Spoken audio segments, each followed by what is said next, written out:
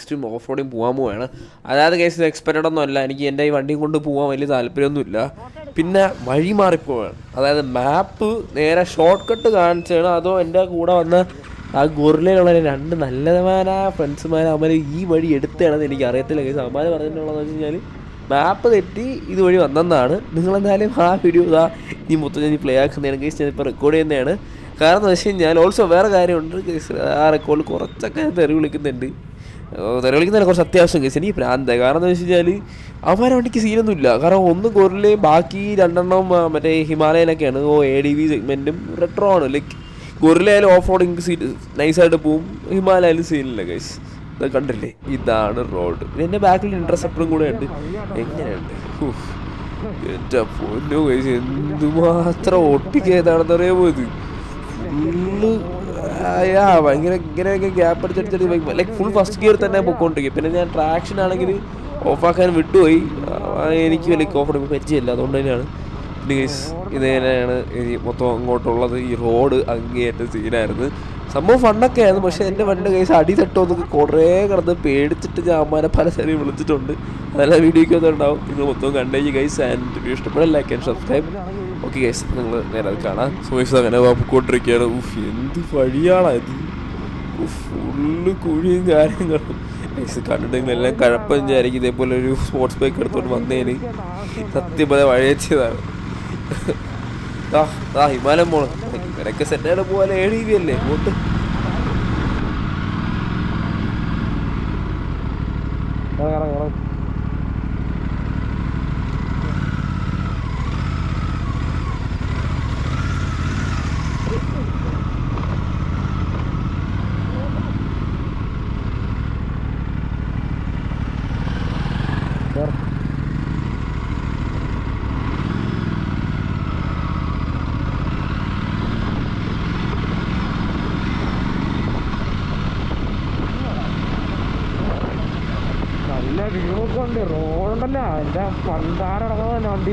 ഐസിൻ്റെ സ്ഥലമൊക്കെ നല്ല രസമാണ് കാണാൻ വേണ്ട. പക്ഷേ റോഡാണ് കലിപ്പം, അല്ലെങ്കിൽ വേറെ ഒരു സീനും ഇല്ല. പിന്നെ വലിയൊരു ഷോർട്ട് കട്ടും കൂടെയാണ്.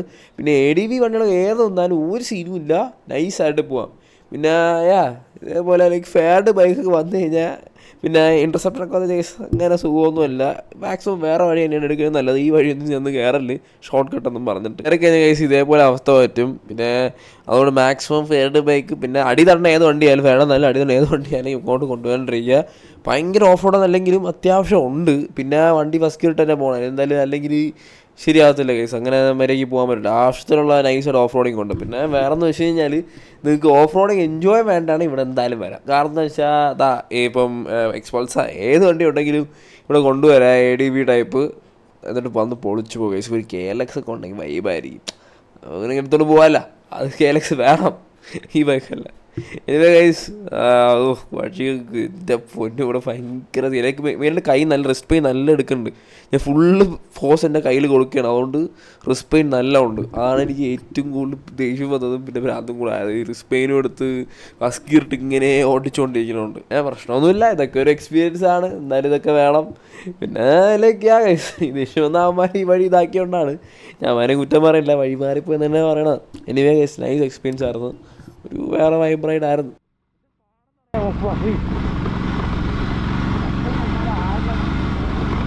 നടക്കൂല ഇത് ഇമ്മാർക്കൊന്ന് പറഞ്ഞ അമ്മരി കൈ ഓടിച്ച ആവശ്യം.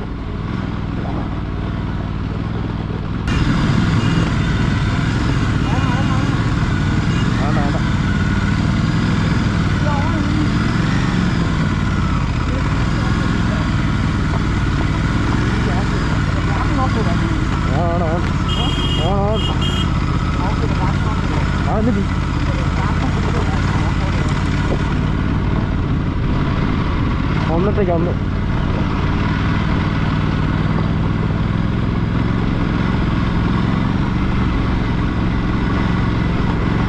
ഫൈലേ ചുമ്മാ